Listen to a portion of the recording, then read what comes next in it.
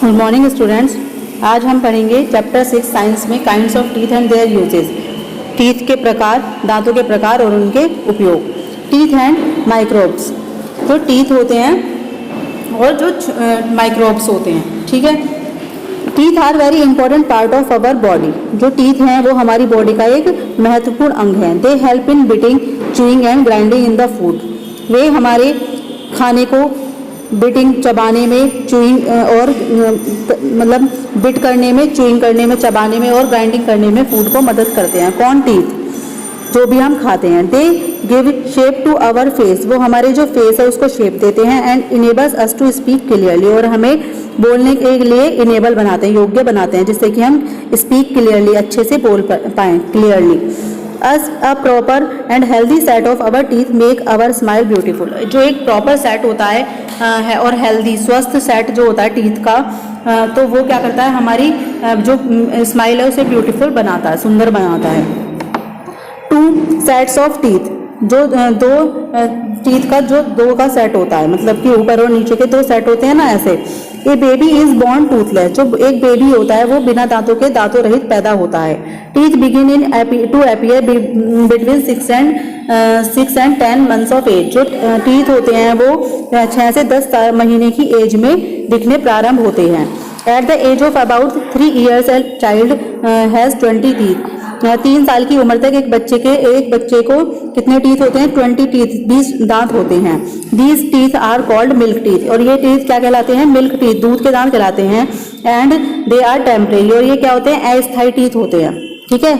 ये कैसे होते हैं? मिल्क टीथ होते हैं ना, ये तो ये अस्थायी होते हैं। आगे, when a child is about 7 years old, जब एक बच्चा 7 साल का होता है, तब milk teeth start falling out one by one. तो क्या होते हैं? जो मिल्क टीथ होते हैं, दूध के दांत होते हैं, एक के बाद एक गिरने शुरू हो जाते हैं। The front teeth fall out first, जो फ्रंट टीथ होते हैं, सामने के टीथ होते हैं, वो सबसे पहले गिरते हैं। And replace by the new ones, और उसके बदले में कौन से? नए टीथ आ जाते हैं। That are the bigger in size, जो कि साइज में बड़े होते हैं। They are called permanent teeth, और उन्हें क्या कहते हैं? जब दूध के दांत टूटने के बाद जो नए दांत आते हैं उन्हें कहते हैं परमानेंट, स्थायी दांत। And adult has a set of 32 teeth. जो एक वयस्क मनुष्य होता है, वयस्क के मुंह में 32 मतलब 32 दांतों का एक सेट होता है। 16 इज द अपर जॉ, जो 16 ऊपर वाले जबड़े में होते हैं। And 16 in the lower jaw, और 16 नीचे के जबड़े में होते हैं। The permanent set of teeth remains for ever if they are taken care of properly. जो परमानेंट स्थायी दांतों का जो समूह है, सेट है, वो हमेशा के लिए रहता है। If they are taken care of properly, यदि हम अपने दांतों की अच्छे से प्रॉपरली और नियमित रूप से टेक केयर करते हैं, उसकी देखभाल करते हैं। नेक्स्ट आता है काइंड्स ऑफ टीथ, टीथ के प्रकार। There are 4 kinds of teeth in a permanent set. जो परमानेंट सेट होता है उसमें 4 प्रकार के दांत होते हैं। They have different shapes to perform different functions, जो उनकी जो शेप्स होती है वो डिफरेंट होती है, और वो डिफरेंट भिन्न कार्य ही भी परफॉर्म करते हैं, क्योंकि जो टीथ हमारे डिफरेंट होंगे तो उनका काम भी डिफरेंट होगा। नेक्स्ट हम आते हैं, फर्स्ट टीथ हमारे कौन से होते हैं? इंसाइजर्स या कटिंग टीथ। इनको या तो हम काटने वाले दांत कहते हैं या इंसाइजर्स कहते हैं। The 4 teeth at the front of the each jaw used for cutting and biting food are called incisors। जो सामने के 4 दांत होते हैं, प्रत्येक जबड़े में 4 ऊपर और 4 नीचे, वो क्या करते हैं काम? कटिंग, वो फूड को काटने का और बिट करने का काम करते हैं। ये क्या कहलाते हैं? इंसाइजर्स कहलाते हैं। दे आर शार्प, वो ये पैने होते हैं। And are also called the cutting teeth, और इन्हें क्या कहा जाता है? काटने वाले दांत कहा जाता है। Next come on to second type of teeth, canines और टीयरिंग टीथ। इन्हें क्या कहते हैं? कैनीज कहते हैं, या टीयरिंग मतलब तो तोड़ने वाले, आंसू दांत भी इन्हें कहते हैं। टीयरिंग, तोड़ने वाले मतलब। On either sides of the cutting teeth is a shape of tooth which is used for tearing piece of food। On either sides of, दोनों मतलब जो साइड के एक तरफ cutting teeth is a shape of tooth. ये जो होती है, ये कैनीज देखिए ऐसी शेप होती है, कैनीज की ऐसी शेप ऑफ टूथ, दांत की इस प्रकार की शेप होती है। विच इज यूज्ड फॉर, जो यूज की जाती है tearing piece of food, food को तोड़ने में। मतलब कि जैसे हम फूड को चबाने में तो इंसाइजर्स यूज होते हैं, तो फूड को तोड़ने में, टीयरिंग करने में कि कैनीज यूज होते हैं। दे आर कॉल्ड कैनीज और टीयरिंग टीथ। इन जो टीथ को क्या कहते हैं हम? या तो टीयरिंग टीथ कहते हैं या फिर कैनीज कहते हैं। ठीक है। Next come on to premolar और क्रैकिंग टीथ। ये प्रीमोलर्स टीथ कहलाते हैं।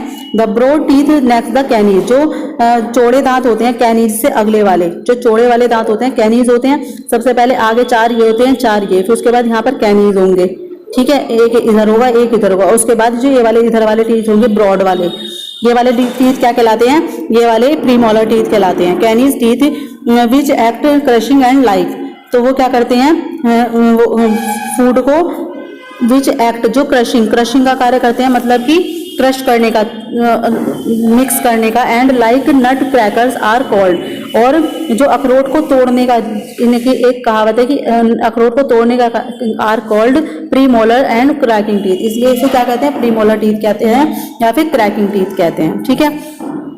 There are 4 premolars on each jaw, और प्रत्येक जबड़े में कितने होते हैं, 4 प्रीमोलर होते हैं, 4 ऊपर और 4 नीचे।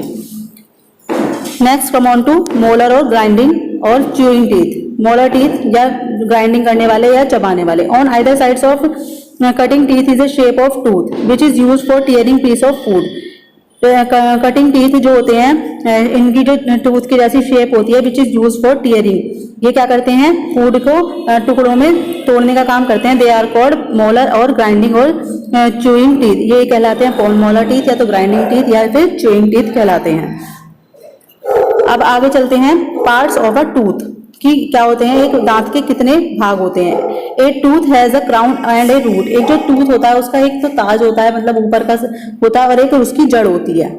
What we see is not our entire tooth, क्या हमने वी सी देखा है, is not our entire tooth, अपने पूरे दांत को नहीं देखा है। It is actually only the crown part of the tooth which we see, यह वास्तव में केवल क्राउन पार्ट है टूथ का जो हम देखते हैं, ठीक है। The root is set inside the gums, जो गम्स जो होती है ना, जो जड़ होती है वो गम्स के जो हमारे मसूड़े होते हैं उनके अंदर की तरफ होती है। The gums hold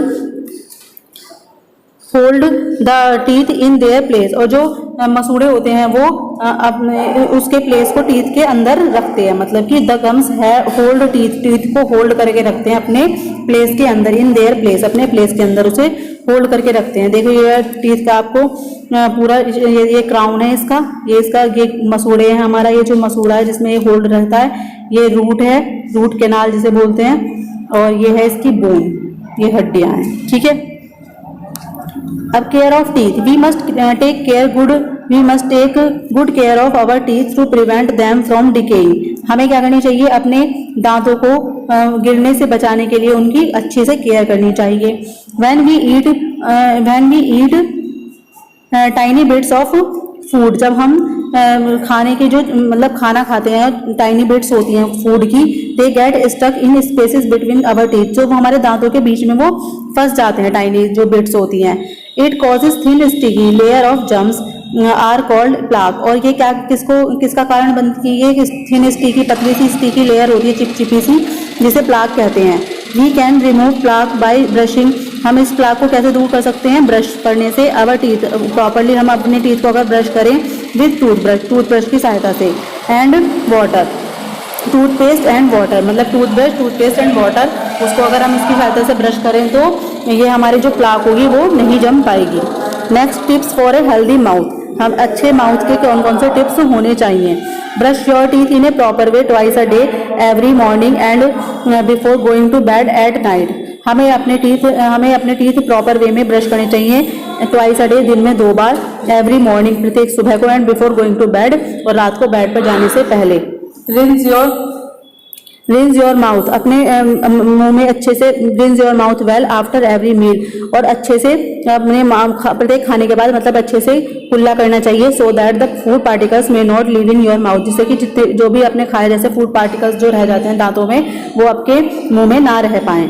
clean your tongue also remove germs, जो अपनी टंग होती है उसको भी अच्छे से रिमूव करना चाहिए, जो जम्स होते हैं उन्हें रिमूव करना चाहिए। Which can attack your teeth and cause bad breath, जो किसका कारण बनती है, जो अपने हमारे जो टीथ होते हैं उन पर नहीं तो अटैक करती है और मतलब बैड स्मेल का कारण बनती है, इसलिए अपनी टंग को भी अच्छे से साफ रखना चाहिए। Use a dental floss of to clean between teeth, और जो डेंटल फ्लोस होता है उसको यूज करना चाहिए अपने दांतों के बीच में साफ करने के लिए यूज। टू डू नॉट, ये जो फ्लोज होता है देखिए, ये देख ऐसे धागा सा होता है, इसे फ्लोज बोलते हैं, डेंटल फ्लोज। तो इससे हम अपने दांतों को साफ कर सकते हैं।